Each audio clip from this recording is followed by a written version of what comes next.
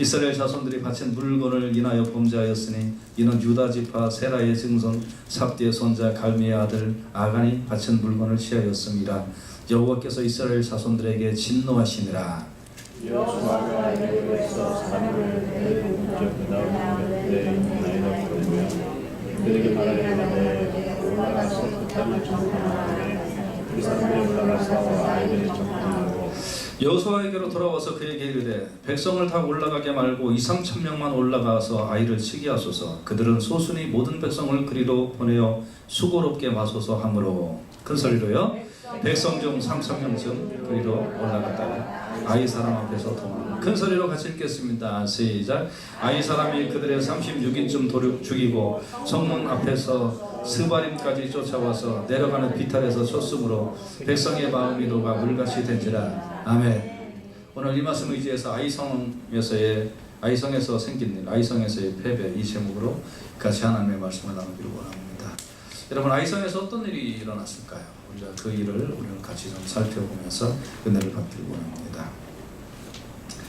여리고성에서 지난주에 말씀드린 것처럼 큰 승리를 맛본 후에 아이성에서 오늘 본문에 보니까 패배를 했습니다. 사실 3,000명이 올라갔다가 한 36명이 죽은 거면 한 1% 정도 죽은 거기 때문에 그렇게 대패는 아닙니다. 그런데 그것보다는 심리적인 효과가 컸습니다.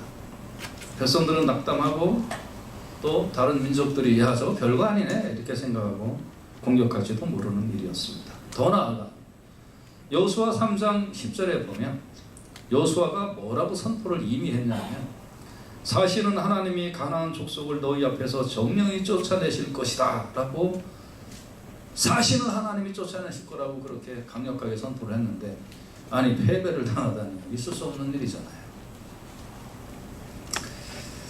그래서 이유가 뭘까요?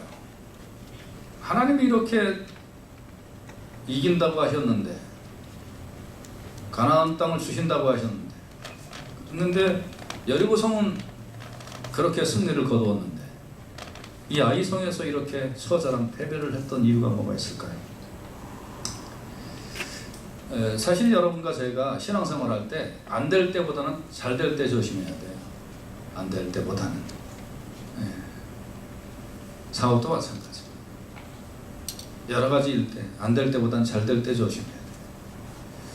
자, 패배의 이유를 살펴가면 우리의 신앙의 모습을 이 시간 좀 살펴보기를 원합니다. 첫째, 어떤 이유가 있었을까요?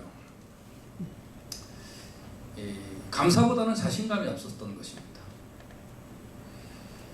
뭐라고 얘기를 했냐면 다 올라가서 싸울 필요가 없습니다. 대표를 뽑아 2-3천 명만 올라가도 되겠습니다.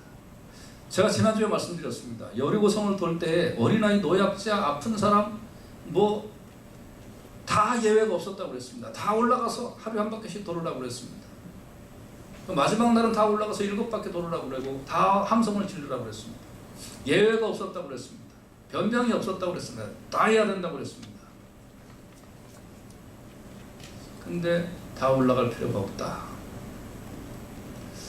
하나님 앞에 뭔가 반기를 들고 있는 것 같지 않아요? 네. 게다가 이 말에는 여리고성을 이길 때 뭐 잘나서 이겼습니까? 아니잖아요. 어떻게 해서 이겼어요? 순종해서 이겼잖아요. 그런데 이 말에는 자기의 자신감이 담겨 있는 거예요. 나의 자신감. 여리고성을 무너뜨린 것이 마치 자기들의 업적인 것처럼 느껴지는 거예요. 그러니 여리고성처럼 크고 단단한 성도 아니고 저 조그만한 성, 글자 그대로 아이 성, 아이 같은 성, 이거 2-3천 명만 올라가서 요새 말로 작사를 내버리고 오자. 이렇게 자신감이 충만했지 여리고성의 승리 이후에 하나님 앞에 감사했다는 기록이 없어요. 여러분, 일을 이루었으면 제일 중요한 것이 감사입니다. 감사.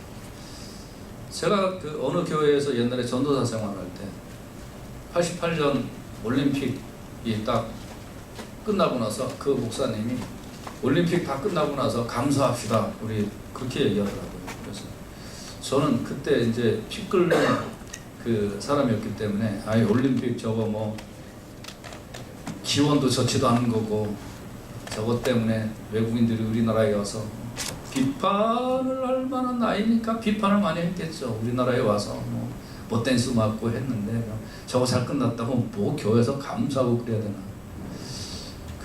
그거를 깨달은 한 10년 걸렸어요.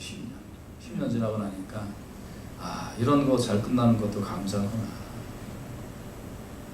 여러분 뭐든지 감사해야 돼요. 우리는 감사해야 돼. 하나님 앞에 영광을 돌려야 되는 겁니다.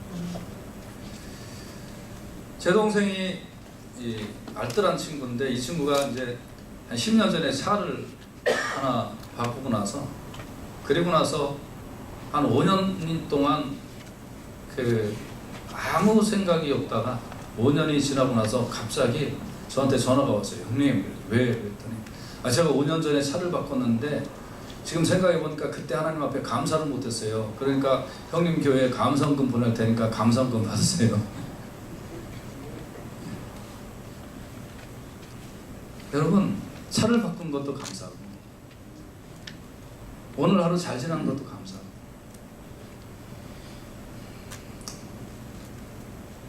여러분 다 감사합니다. 아이의 성을 이긴 것도 내가 뭐 한 게 없잖아요. 감사하잖아요. 근데 감사가 없으면 뭐가 나오는지 아세요? 자신감이 나오는 거예요. 내가 할 수 있지 뭐 내가 최고지. 근데 내가 최고인 게 아닌 걸 알면 감사가 되는 거예요. 여러분 신앙은 내가 최고가 아니라 감사할 줄 아는 거예요. 감사할 줄 아는 영안이 열리기를 주님의 이름으로 축원해 드립니다. 이 감사함이 이 자신감이 또 뭘로 대처되는 줄 아세요? 이 자신감이 결국은 일부의 수고로 대체되는 거예요. 하나님은 전체를 받으신다고 그랬는데 누가 일부만 가라고 그랬어요? 여리고성의 수고가 정말 그렇게 큰 수고였습니까? 그러니까 어린아이들 빼고 다들 빼고 2-3천 명만 올라가자고 한 겁니다.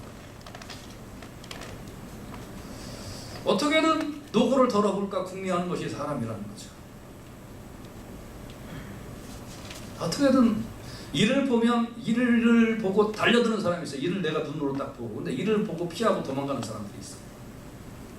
대부분은 일을 보고 피하고 도망가요. 딱 이렇게 일을 딱 보면 못 본 척하고 도망가는 거죠.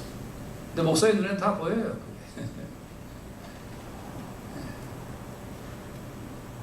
여러분 하나님도 보이는 거예요. 일을 보고 피하는 거예요. 다른 사람이 하겠지. 귀찮은데. 아이 성이 저 앞에 있으면 하나님 어떻게 할까요? 묻고 우리가 가서 수고하리이다. 주님의 뜻이면 따르겠나이다. 이게 아니라 2-3천 명만 올라가지 뭐 다 올라가. 우리가 지난번에 수고했지. 수고는 뭔 수고를 했어요? 여러분과 제가요 대체되는 세상 대체되잖아요. 다. 그럴 때 신앙은 대체하는 게 아닙니다. 내 겁니다. 내가 하는 겁니다. 순종은 내 겁니다. 내가 하시기를 주님의 이름으로 간곡히 부탁을 드립니다. 강남의 교회에 이제 봉사한다고 여기 딱 써놓고 무슨 요일에 몇 시에 교회에서 이렇게 봉사하는 일이 있습니다. 여러분 자원해 주십시오. 그랬더니 사람들이 이름을 막 적더래요. 그래서 이름을 다 적어서 한 20명이 적혀졌어요. 어저께 우리 여선도에 날씨도 더운데 그렇게 그냥 여름에 또 오셔가지고 김장을 하신다고 너무 수고 많으셨어요. 그 송글송글 그 맺힌 땀이 저는 주님의 피로 좀 보였어요. 그래서 여러분 정말 수고 많이 하셨고 주님의 은혜가 함께 하시길 간절히 원합니다. 근데 이제 이 교회에 그렇게 해서 자원봉사 한 20명이 자원을 했어요. 그래서 이제 목사님이 이번에 이제 그렇게 사람들이 오겠구나. 그래서 김아무개, 이아무개 이렇게 쭉 이름이 있는데 막상 그때 됐더니 난 모르는 사람들이 오더래요. 아니 어떻게 오셨어요? 그랬더니 김아무개 씨가 여기 저 보냈는데요. 일당 주시고요. 또 당신은 저는 이아무개 씨가 여기 와서 봉사라고 일당 받고 왔는데요. 전부 다 대타인 거예요. 대타. 여러분 성숙한 신앙은 성숙하기를 떠나서 그냥 신앙은 내가 하나님 앞에 번제의 제물이 되는 거고요. 내가 땀을 흘리는 거고요. 내가 무릎을 꿇는 거지 누가 대신해 주는 게 아니라는 겁니다. 예수님도 십자가를 직접 지고 가셨다고. 여러분과 제가 정말 십자가를 직접 지는 믿음의 수고, 믿음의 노고, 이게 있기를 주님의 이름으로 축원해 드립니다. 아멘. 그래서 로마서 8장 28절에는 우리가 알거니와 하나님을 사랑하는 자 곧 그 뜻대로 부르심을 입은 자들은 모든 것이 협력하여 선을 이룬다고 했어요. 모든 것이 협력해서 선을 이루어져야지 이것이 일부만의 수고로는 절대 일이 되지 않는다는 겁니다. 그래서 우리 교회도 모든 성도님들이 다 일을 분담해야 돼요. 골고루 하셔야 돼요.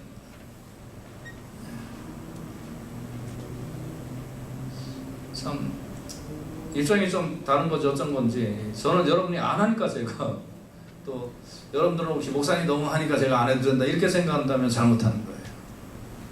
우리 모두가 다 주의 일을 골고루 감당할 때 교회의 부흥도 일어나고 하나님의 위대한 역사가 드러나게 될 줄로 믿습니다. 그다음 두 번째, 뭐 때문에 이 조그마한 아이성에서 패배를 했을까요? 두 번째는 구별하지 못한 아간의 죄악이 있었다는 겁니다. 구별하지 못한 아간의 죄악. 여리고성을 함락할 때에 여호수아는 백성들에게 이미 선포를 했습니다. 어떤 선포를 했냐면 여호수아 6장 18절에서 19절에 보면 너희는 바칠 물건을 스스로 삼가라. 너희가 그것을 바친 후에 그 바친 어느 것이든지 취하면 이스라엘 진으로 받침이 되어 화를 당게 할까 두려워하노라. 은금과 동철 기구들은 다 여호와께 구별될 것이니 그것을 여호와의 곳간에 드릴지니라. 이 말이 무슨 말이냐면 하나님 앞에 드릴 거에 대해서 욕심을 갖지 말아라. 너희의 것은 아무것도 없다. 어느 것이든지 너희가 마음대로 취하면 이스라엘 모든 백성들이 어려움을 당하게 될 것이다. 은금과 동철 기구들은 다 하나님께 구별될 것이니 그것은 하나라도 사사로이 취하지 말고 하나님의 곳간에 드려라 라는 뜻입니다. 여호수아가 함락될 때에 그럴 때 모든 다른 것들은 다 없앴지만 이런 금은과 동철 기구들은 전부 다 한 곳에 모아서 그래서 하나님 앞에 바쳐져야 됐던 물건이었던 것입니다. 하나님의 명령이었죠. 그러면 이제 어떤 사람들은 이렇게 질문할 줄 몰라요. 목사님, 그런데 하나님이 왜 그렇게 명령을 했을까요? 하나님이 금은을 되게 좋아하시나요? 맞아요. 성경에 금도 것이요 은도 내 것이라고 성경에 기록되어 있습니다. 이거 진짜로 얘기 드리는 건지 농담으로 드리는 건 헷갈리죠? 진짜예요. 그렇게 써 있어요. 그런데 아무튼 하나님이 이렇게 말씀을 하셨는데 왜 그렇게 말씀을 하셨을까요? 레위기 20장 24절 말씀에 보면 내가 전에 너희에게 이르기를 너희가 그들의 땅을 기업으로 얻을 것이라. 내가 그 땅 곧 젖과 꿀이 흐르는 땅으로 너희에게 주어 유업을 삼게 하리라 하였노라. 나는 너희를 만민 중에서 구별한 너희 하나님 여호와다라고 하셨어요. 그러면 이 말이 무슨 뜻이에요? 하나님이 가나안 땅으로 인도하시는 것은 뭐를 개런티 하셨냐면 젖과 꿀이 흐르는 거를 개런티 하셨어요. 그러니까 젖과 꿀이 흐른다는 건 무슨 뜻이냐면 가나안 땅이 사실 좋은 땅이 아닙니다. 젖과 꿀이 실제로 흐르는 땅은 애굽 땅이 흐르는 땅이었어요. 거기는 나일강이 있어서 그래서 거기는 씨앗만 뿌리고 가까운 데서 물만 길어다가 갖다 부으면 잘 자라는 거예요. 옆에 꽃밭에 지금 일주일에 2번만 물을 주게 NIC에서 얘기를 해갖고 저 앞에 잔디 거의 다 죽었잖아요. 우리 옆에 꽃밭에도 거의 다 죽었어요. 그래서 스프링클러를 일주일에 2번만 주게 그렇게 세팅을 해놨습니다. 왜냐하면 뭐 악법도 따라야 되니까. 그런데 그거는 저는 양심적으로 일주일에 2번 딱 15분만 주라고 해서 그렇게 지침이 왔길래 시민의 입장에서 그 지침을 따르느라고 일주일에 2번 세팅을 했습니다. 그런데 그렇게 했더니 다 죽는 거예요, 꽃이. 그래서 어떻게 했습니까? 저기 주방 통에다가 물을 받아놓고 뭐 설거지하고 뭐하고 남은 물 제가 갖다 주겠다는데 누가 뭐라 그럴 거예요. 갖다 줬더니 깻잎이 잘 자라요. 여러분 따먹으러 오세요. 그래서 이제 점심 때 깻잎 열심히 잘 따먹고 있는데요.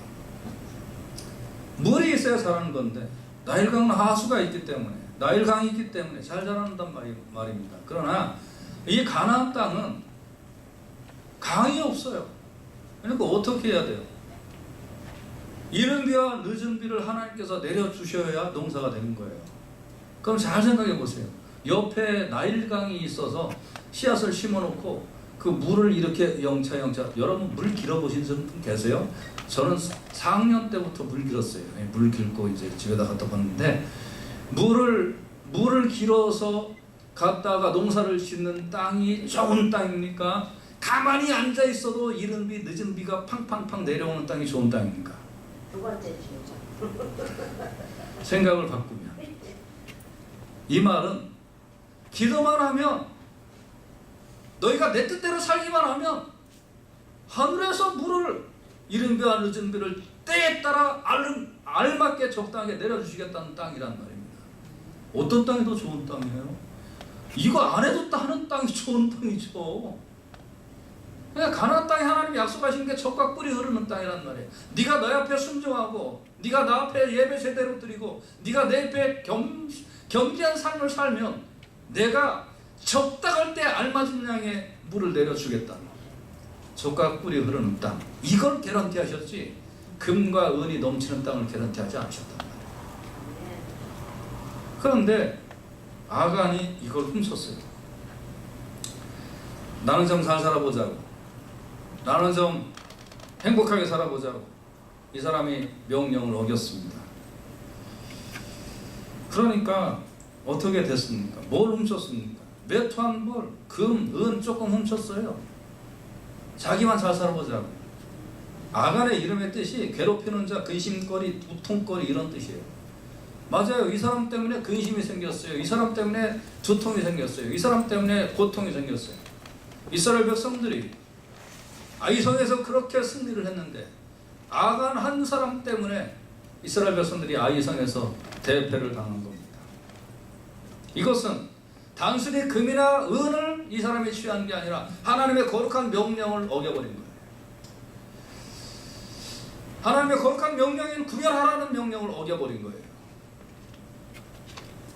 오늘날 마귀가 교회 다니는 거, 옛날에는 교회 다니는 것 때문에 어려움을 당했습니다. 교회 다닌다는 것 때문에. 제 친구 하나도 경남 밀양 출신인데 지금은 목사가 됐지만 이 친구가 중학교 때 그 마을에 교회가 들어와서 교회를 다녔는데 그 아버지가 감나무에 꽁꽁 묶어갖고 매달아 놓고 지게삭대기로 너 교회를 갈 거냐 안 갈 거냐 이거 가지고 두드러 팼습니다. 아버지가. 그래갖고 꽁꽁 묶어가지고서 매놓고 교회 갈 거냐 안 가냐 안 간다는 소리를 들을 때까지 두드러 팼는데 이 친구는 그래도 가겠다고 그랬더니 졌다 그러면서 망할 놈의 자식 마음대로 해라 그래갖고 풀어줘. 그 다음부터 교회 갔다는 거예요. 교회 가는 것 때문에 얻어맞던 시절, 교회 가는 것 때문에 죽임을 당하는 시절이 있었습니다. 근데 요새는 교회 가는 것 가지고 뭐라고 절대 안 그래요. 사람들이. 마귀가 전략을 바꿨나 봐요. 그런데 뭐를 하는 줄 아세요? 구별을 하는 삶을 살지 말아라. 구별하는 삶을 살지 말아라. 그러니까 오늘날 절대 사람들이 하나님의 명령에 대해서 구별하지 않아요. 아간처럼 명령이 있어도 아예 나만 슬쩍 아무도 모르겠지. 그러나 아간을 찾아내신 하나님이 구별하지 않는 사람들을 찾아내버리는 것입니다. 오늘날 왜 이 교회와 기독교 공동체가 왜 문제가 생겼을까요? 교회 다니는 사람들이 작아서 문제가 생겼을까요? 아니요. 교회 다니는 사람들이 1%, 2%였을 때 오히려 그 사람들이 대한민국을 변혁시켰습니다. 그러나 오늘날 말로는 25%, 30%라고 하는데 이 사람들이 뭘 변혁시킵니까? 왜 못할까요? 구별되는 삶을 살지 않으니까. 아간 하나 때문에 이스라엘 백성 전체가 어려움을 당했듯이 구별하지 않는 그리스도인들 한 사람 한 사람들 때문에 교회와 기독교 공동체가 어려움을 당하는 것이 현재의 실정이란 말이에요. 그러니까 여러분 신앙은 뭐냐? 신앙은 구별하는 것이 신앙이에요. 구별할 때 하나님의 은혜와 축복을 머물게 하는 놀라운 법칙이 생겨나게 되는 줄로 믿습니다. 하나님은요 사실 나를 먼저 구별하셨다는 거예요. 출애굽기 8장 22절에 보면 그날에 내가 내 백성에게 거하는 고센 땅을 구별하여 그곳에는 파리떼가 없게 하리니 이로 말미암아 나는 세상 중에 여호와인 줄 네가 알게 되리라. 내가 너를 구별해 줄게. 네가 사는 땅에는 파리떼도 없게 해줄게. 구별시켰단 말이에요. 하나님은 사랑의 하나님인데 제가 느끼는 하나님은 사랑의 하나님은 맞는데 어떤 사랑이냐? 가만히 봤더니 편애의 하나님이에요. 편애. 무슨 뜻이냐? 하나님은 하나님의 뜻에 순종하는 사람에게 사랑을 베푸세요. 그러니까 하나님의 사랑은 보편적이고 우주적 사랑인데 그 사랑을 받아들이고 그 사랑 앞에 순종하는 사람에게 사랑을 베푸세요. 다시 말하면 기회는 모든 사람에게 주어졌다는 겁니다. 그러나 그 사랑의 혜택을 받는 사람들은 사실은 소수더라는 것이죠. 하나님 나를 구별하는 거예요. 하나님 나를 구별하셔서 그래서 내가 너를 구별했다. 너도 구별되는 삶을 살아라. 이게 하나님의 뜻인 줄로 믿습니다. 출애굽기 33장 16절에 보면 나와 주의 백성이 주의 목전에 은총 입은 줄을 무엇으로 알리까? 주께서 우리와 함께 행하심으로 나와 주의 백성을 천하 만민 중에 구별하심이 아닙니까? 내가 하나님 앞에 은총 받은 증거가 하나님이 나를 구별하셨다는 겁니다. 이렇게 나를 하나님께서 구별하셨는데 구별하신 이유가 내가 너를 구별했으니까 너도 나를 구별하라는 거예요. 레위기 20장 26절에 보면 너희는 내게 거룩할지어다. 이는 나 여호와가 거룩하고 내가 또 너희로 나의 소유를 삼으려고 너희를 만민 중에서 구별하였으며 하나님이 나를 구별하셔서 내가 거룩하니까 너도 거룩해라. 거룩한 삶을 살아라. 하나님 명령하셨어요. 오늘날 그리스도인들이 이 명령 앞에 얼마나 솔직합니까? 솔직하지 못하죠. 하나님 나를 거룩하게 구별하셨다는데 그래서 구별된 의식은 가지고 있는데 마치 이스라엘 백성들이 옛날에 예수님 시절에 자기네들은 선택받은 백성, 거룩한 백성, 선민이라고 그렇게 얘기를 해놓고 선민의 행동을 뭘 했습니까? 하나도 안 했죠. 그러니까 하나님이 원가지를 아낌없이 잘라버리잖아요. 꺾어버리시잖아요. 원가지를 꺾어버리셨단 말입니다. 그래서 지금 뭐 누가 이스라엘 사람들 구원받는다고 누가 얘기해요? 이렇게 얘기한 사람들 이상한 사람이죠. 그래서 여러분 이제 아브라함의 후손은 육적으로 이스라엘 후손들이 아브라함의 후손이 아니라 아브라함의 후손은 아브라함과 동일한 믿음을 가지고 있는 그 사람들이 바로 영적으로 아브라함의 후손이에요. 여러분과 제가 하나님 거룩하게 구별시켜서 거룩한 삶을 살라고 하나님 말씀하셨습니다. 그래서 구별되는 삶을 살아라. 내가 거룩했으니까 거룩하니까 그럼 예수 믿는 사람들이 구별되는 삶을 살아야죠. 그렇지 아니하고 습관적으로 교회 오는 게 예수 믿는 거 아니란 말입니다. 이것으로 만족하고 있다면 하나님이 이스라엘을 원가지를 잘라버렸듯이 언젠가 자른단 말이에요. 아니 벌써 하나님의 그 시퍼런 그 칼이 향하고 있는지 모릅니다. 한국 교회 저렇게 우수수 떨어져 나가는 거고 미국 교회들 이렇게 우수수 떨어져 나가는 거고 이민 교회들도 대형 교회들도 숫자가 줄고 소형 교회 중형 교회 말할 것도 없고 무슨 뜻일까? 이게 도대체 무슨 뜻일까? 하나님의 이 칼날이 향하고 있는 징조로 봐야 된단 말이에요. 아간이 잘못했을 때 구별된 삶을 살지 않았을 때 이스라엘 백성들이 전부 다 고통을 당했듯이 내가 하나님 앞에 나 한 사람 구별된 삶을 살지 않으므로 온 교회와 기독교 공동체가 고통을 당하고 있다. 이것을 우리가 깨닫고 하나님 앞에 경계해야 될 줄로 분명히 믿습니다. 그러면 하나님이 말씀하신 성경에 하나님이 말씀하신 구별을 세 가지로 요약하면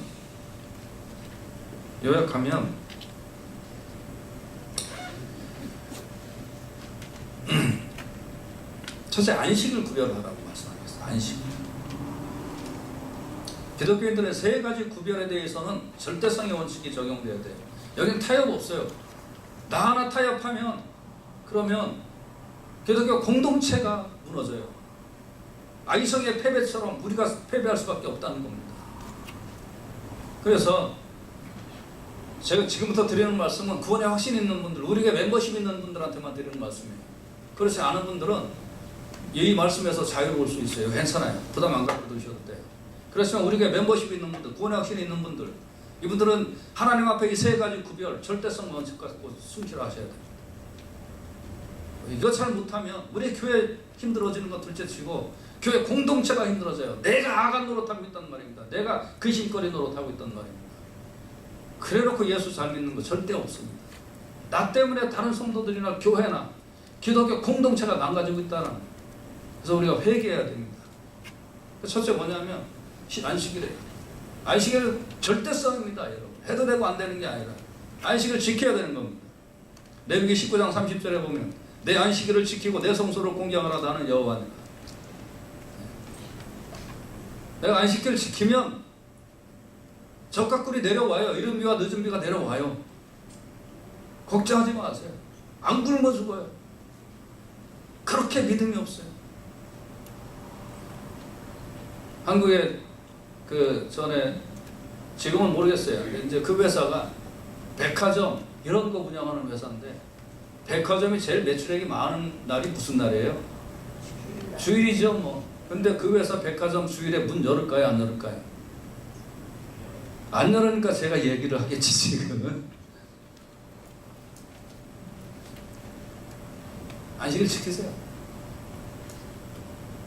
아니 작심하세요. 평일에 배로 하나님께서 은혜를 베풀어 주실 줄로 믿습니다. 아멘. 명심하세요. 두 번째, 이것도 우리 교회 멤버십 가지고 있는 분들과 우리 교회 구원에 확신 있는 분들이, 그렇지 않은 분들은 이 말씀 안 받으셔도 돼요. 걱정하지 마세요. 11조하고 성문. 출애굽기 13장 2절에 보면 이스라엘 자손 중에 사람이나 짐승이나 물어나고 초태생은 다 거룩히 구별하여 내게 돌리라. 이는 내 것이니라 하시니라. 내 거라고 그랬어요. 하나님 내 거. 남의 것 뺏어가면 사기죠. 강도죠. 절도죠. 도적들이죠. 레위기 22장 2절 아론과 그 아들들에게 구하여 그들로 이스라엘 자손이 내게 드리는 성물에 대하여 스스로 구별하여. 스스로 구별하라고 그랬어요. 스스로. 이게 율법이 아니고 내가 스스로 구별하는 거예요. 내 성물을 욕되게 함이 없게 하라. 나는 여호와니라. 여러분이 스스로 구별하지 않으면 하나님이 이름을 개떡으로 하는 거예요. 개떡으로.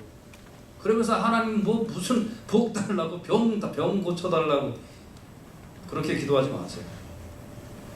그래서 이거 구별 잘 하셔야 됩니다. 여러분. 마지막 세 번째, 몸을 구별해야 돼요. 몸. 다시 말하면 죄 짓고 다니지 말라는 거예요. 안식일은 잘 지키고 11조는 잘 지키면서 밖에 나가서 온갖 죄 짓고 다니고, 그러면 안 되는 겁니다. 레위기 11장 44절에 나는 여호와 너희 하나님이라. 내가 거룩하니 너희도 몸을 구별하여 거룩하게 하고 땅에 기는 바 기어다니는 것으로 인하여 스스로 더럽히지 말라. 네가 나 믿냐? 날 믿으면 너희도 거룩해라. 목사님들이 이렇게 강단에서 설교를 쏘은 얘기하고 자기의 개인의 삶은 비도덕적으로 살고, 장로님들이 강단에서 기도할 때는 거룩하신 주님이 하고 기도해놓고 사업할 때는 개떡같이 사업하고 앉아있고, 성도님들이 교회에 올 때는 거룩한 모습으로 교회에 와놓고 예배당에 밖에 나가기 시작해서부터 그 다음에 교회 올 때까지는 비열한 삶을 살고 있습니다. 너 하나님 나라 하나님 앞에 안식일 잘 지켰죠. 하나님 앞에 거룩한 11조 잘 드렸죠. 그러니까 하나님 나에게 축복 주셔야 당연한 거 아닙니까? 이렇게 이런 신앙생활의 모습이 우리에게 익숙하지 않았나요?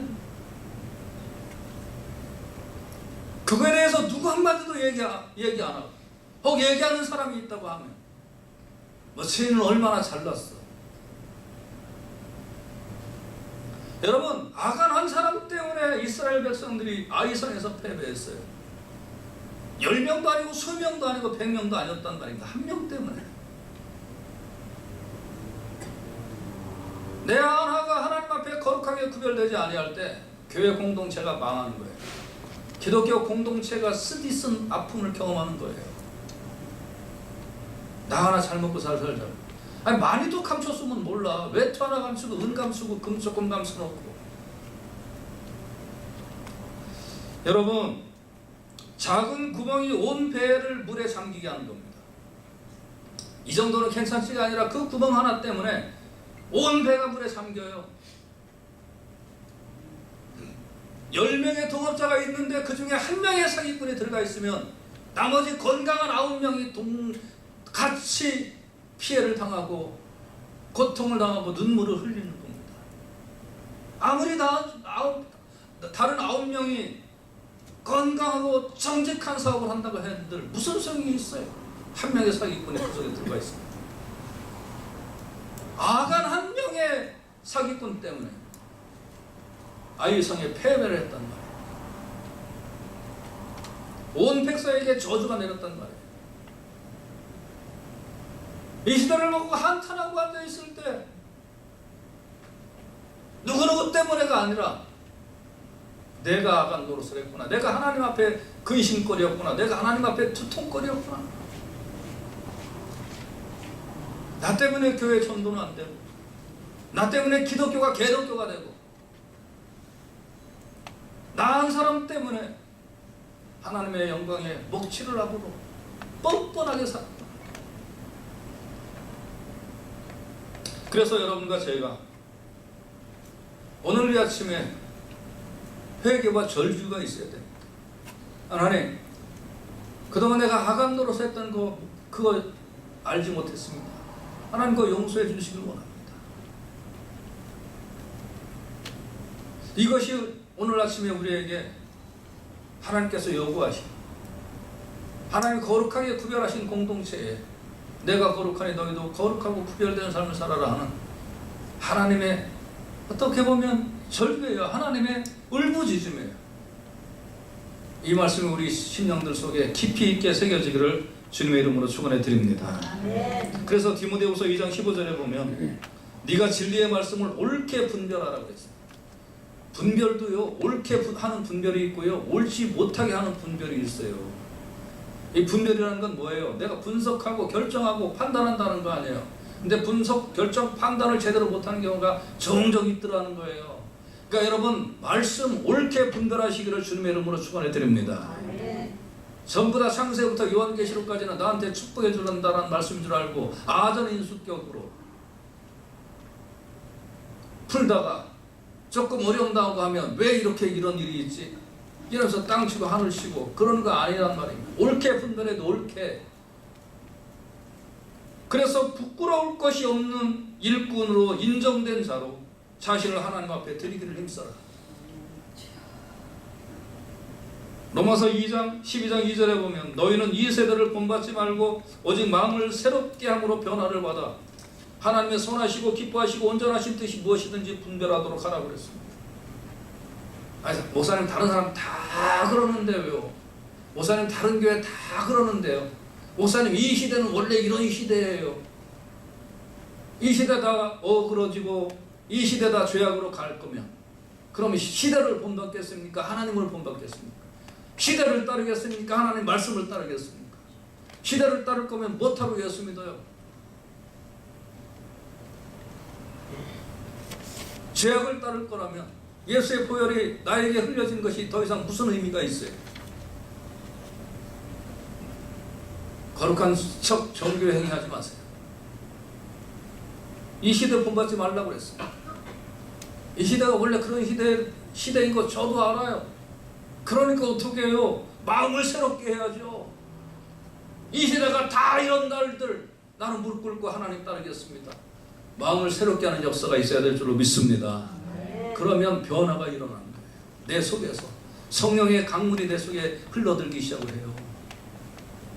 그 이전에 내 머리로는 도저히 알지 못했던 것이 그 다음부터는 깨달아지기 시작을 하는 것입니다.